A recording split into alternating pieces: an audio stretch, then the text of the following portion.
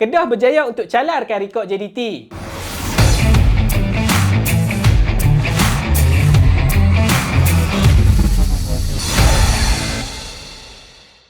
Matchday untuk minggu ke-21, selain daripada jaringan besar daripada pasukan Selangor, kita ada satu lagi game. Yang dikatakan Game of the Season untuk tahun ni. Dan minggu ni juga ada 2 rekod baru yang tercatat dalam Liga Super untuk tahun ni. So, aku tak maulah intro panjang-panjang. Sat lagi video ni panjang sangat. Jom kita tengok apa yang menarik dalam game minggu ke-21 ni. First match, kali ni kita tak start dengan game pendahulu Liga. Kita simpan yang best for the last. Kita start dengan game antara pasukan yang suka tolong pasukan lain buat rekod dalam Liga Malaysia setakat ni. Antara pasukan Kelantan dengan pasukan Selangor. Walaupun minit-minit awal dalam game ni nampak macam, uish, Kelantan boleh pi kot dalam game ni.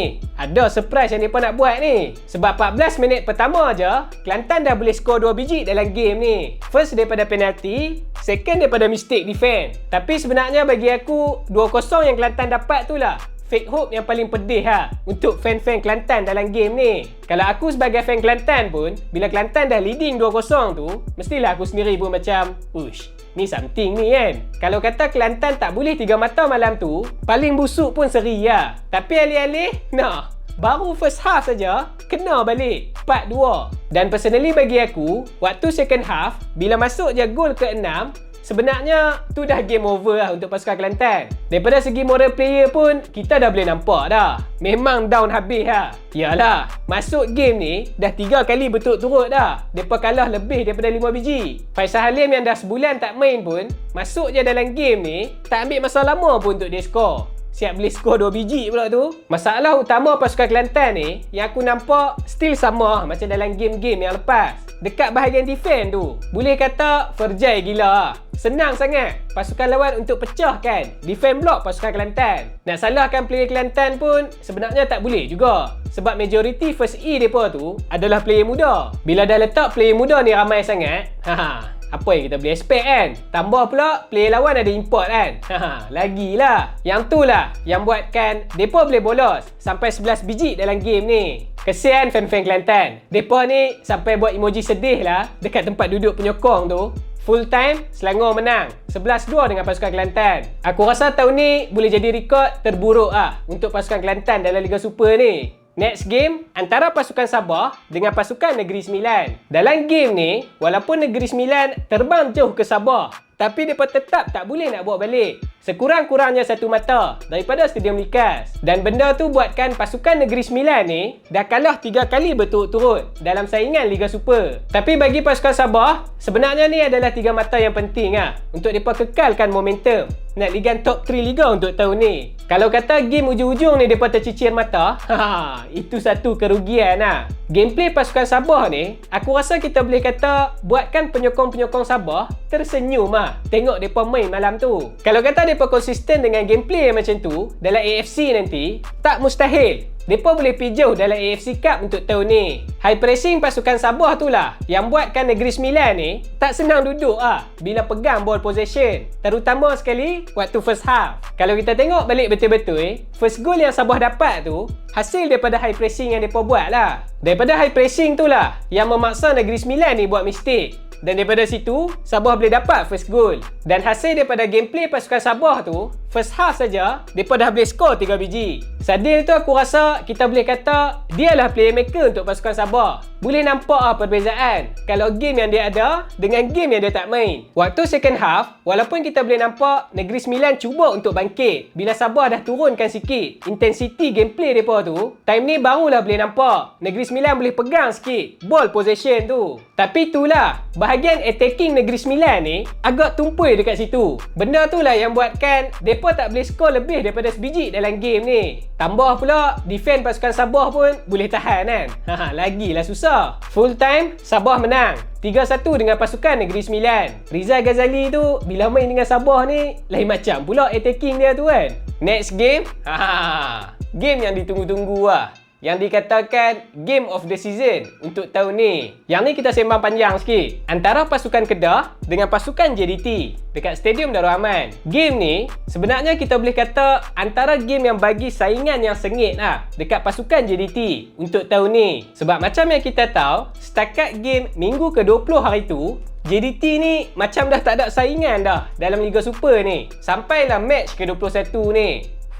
Belagak betul bunyi dia kan. Aku rasa pasukan JDT sendiri pun dah lama dah kot tak rasa game yang berintensiti tinggi macam ni kan. Terutama sekali dalam Liga Super lah. Kalau ECL tu, yang tu cerita lain. Sebelum game, kalau kita tengok on paper, sebenarnya game ni adalah game penentuan. Kalau kata JDT menang dalam game malam tu, on the way balik ke hotel tu, mereka dah boleh main bunga api dah. Menang Liga Super kali ke-10 betul-betul. Tapi realitinya, pasukan Kedah postpone sat benda tu untuk penyokong-penyokong JDT ni. Bukannya kata cancel terus, postpone sat saja. Next game, hampa main lah. Takkanlah nak main bunga api kat Darul Aman kan? Tak syok lah. Main kat SSI lah, baru meriah. Secara jujurnya bagi aku, sebenarnya aku tak expect lah Kedah boleh seri dengan jaringan 3 sama dalam game ni. Bukanlah nak kata aku underestimate tim Kedah ni. Uish, dah. Cumanya kita tengok berdasarkan statistik. Sebab pasukan Kedah ni, walaupun mereka menang dalam game-game Liga Super yang lepas, tapi mereka ada masalah kreativiti dekat bahagian attacking tu. Tambah pula, JDT ni dengan bahagian defend mereka lagi, dah lah kebaik lain macam kan. Itulah yang buatkan tak berapa nak confident tu. Tapi apa yang jadi dalam game malam tu, memang lain lah untuk kedua-dua pasukan. Bukan kata pasukan Kedah saja, JDT pun sama. Dalam first half saja pun kita boleh nampak sebenarnya pasukan JDT ni agak susah nak pegang ball possession tu macam yang selalu mereka buat. Dan tak banyak gerakan-gerakan yang kebiasaan mereka buat untuk cari gol. 45 minit yang pertama tu sebenarnya kita boleh kata game dengan intensiti yang paling tinggi lah yang kita boleh tengok dalam Liga Super untuk tahun ni bagi kedua-dua pasukan. Sama ada daripada segi pressing ke, ball possession ataupun defending. Ketiga-tiga benda ni ada dalam kedua-dua pasukan. Cuma yang betulnya untuk pasukan Kedah, waktu first half ni, benda yang jarang-jarang berlaku lah bila lawan dengan pasukan JDT ni. Mereka boleh leading dulu sebiji. Dan aku sebagai seorang yang selalu juga tengok game JDT ni, yalah, nak kena tengok lah. Sebab setiap minggu nak buat video kan. Satu benda je aku takut. Jangan second half nanti, Kedah pancit awal dah. Kalau dah, sia-sia je lah first goal yang Kedah dapat tu. Tapi sebalik dia, apa yang jadi? Minit ke-50, Kedah dapat sebiji lagi gol untuk leading 2-0 dalam game ni. Time ni aku rasa fan-fan Kedah sendiri pun rasa macam tak percaya. Kedah boleh leading 2-0 weh. Tapi satu je plot twist dia. Masuk minit ke-53, bila Kedah dah dropkan sikit intensity gameplay mereka, time ni lah peluang untuk pasukan JDT. Dan JDT tak ambil masa lama pun. Dalam 20 minit je, mereka boleh skor balik. Bukannya sebiji, 3 biji terus mereka bagi. Mereka leading terus game tu. Tak cakap banyak. JDT ni pantang lepas sikit je. Tak boleh. Taubat kena punya. Masuk minit 90 tu, sebenarnya aku dah reda dah kalau kata Kedah kalah dalam game ni pun. Sebab apa yang Kedah tunjukkan tu, aku sebagai fan ni, boleh kata dah puas hati dah. Kalau kata tak ada rezeki tu, kalah pun tak apalah. Tapi, kemasukan Amir Bek dalam game ni, dialah yang jaringkan gol penyamaan. Minit 92. Sampai nampak macam teriaklah member tu lepas skor kan. Dan fun fact kalau hampa nak tahu, Kedah berjaya untuk calarkan rekod JDT untuk menang ke semua game tanpa seri untuk season ni. Full time, 3 sama untuk kedua-dua pasukan. Dan aku rasa game ni antara game yang buatkan senaman jantung untuk penyokong kedua-dua pasukan. Untuk game-game yang lain, bagi pasukan Perak, walaupun mereka dapat kejutkan pasukan Penang dalam Liga Super dan pasukan Kedah dalam Piala Malaysia, tapi mereka tak boleh nak kekalkan rentak kemenangan tu dalam game ke-21 ni. Walaupun Perak main dekat home, tapi KL City tak ada masalah untuk tundukkan mereka 4-0 dalam game ni.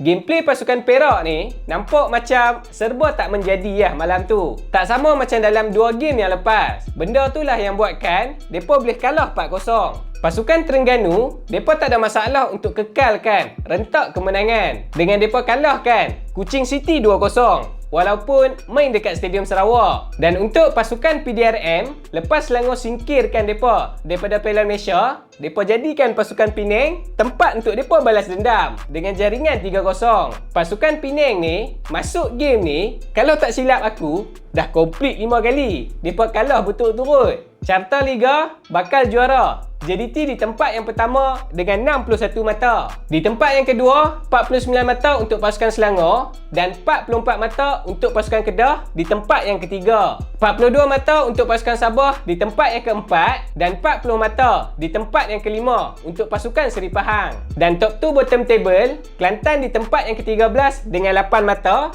dan Kuching City di tempat yang ke-14 dengan 7 mata. Top scorer, Iron dengan 21 gol dan di tempat yang kedua, 17 gol untuk Forestieri. Memang tak berganjak lah Forestieri tu. Dah dia tengah injet kan. Tapi di tempat yang ketiga, Betson dengan 15 gol. So bagi anda yang menonton ni, apakah komen anda untuk game minggu ni? Jangan lupa tinggalkan dekat bawah. Jadi, tu saja video untuk kali ni. Jangan lupa untuk subscribe channel ni dan kita jumpa lagi pada video yang akan datang. Ui, kalau kata Kedah menang malam tu, tak tahu apa jadi kan. Uish, tapi top 3 tahun ni sengit tu. 5 game last tu penentu lah.